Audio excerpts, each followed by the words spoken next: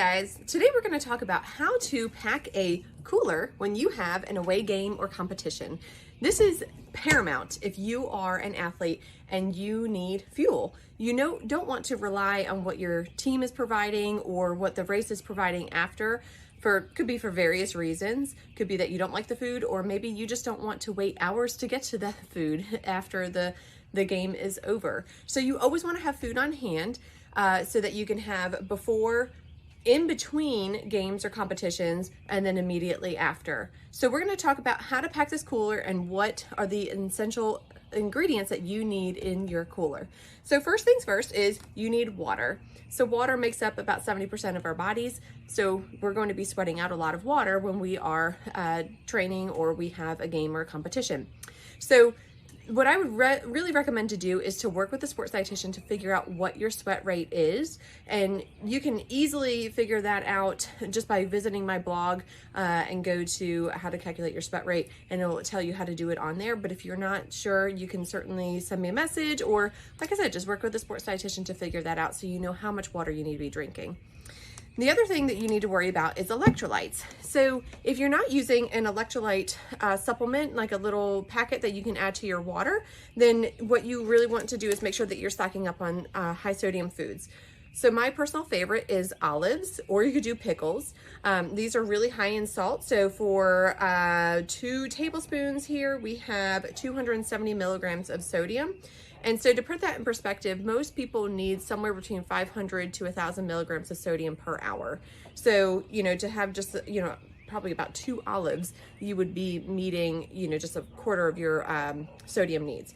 The other thing that you can do, which I have down at the bottom here, is some salted nuts. So salted nuts are a great option as well. These have 130 milligrams of sodium, so not quite as much as the olives, but definitely a good option. And these also are going to provide some protein.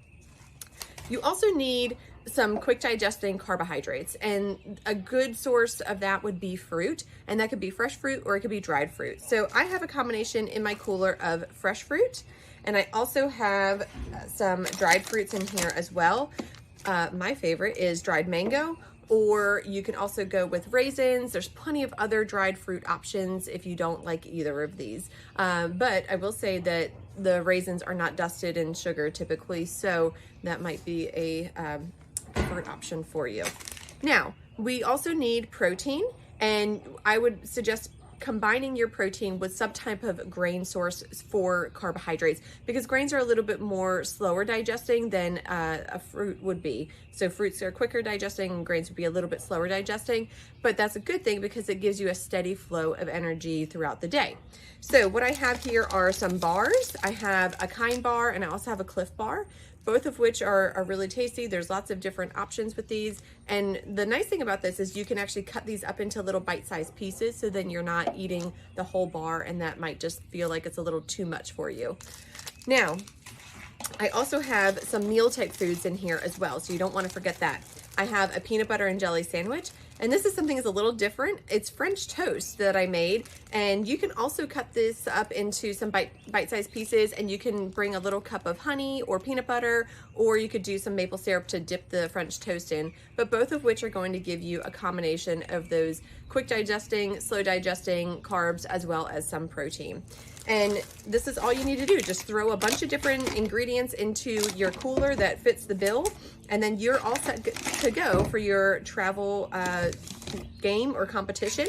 And make sure that you are eating often throughout the day. So make sure that you are eating within an hour of your game or competition.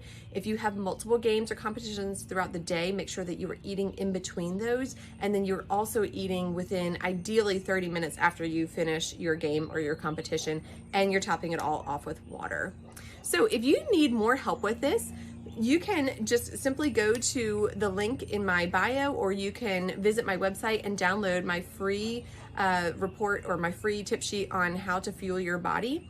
And the other thing that you could do is you can go to my website and you can join my program, the Sustainable Sports Nutrition Academy, and that will give you tons of information just like this on how to fuel your body for being an athlete.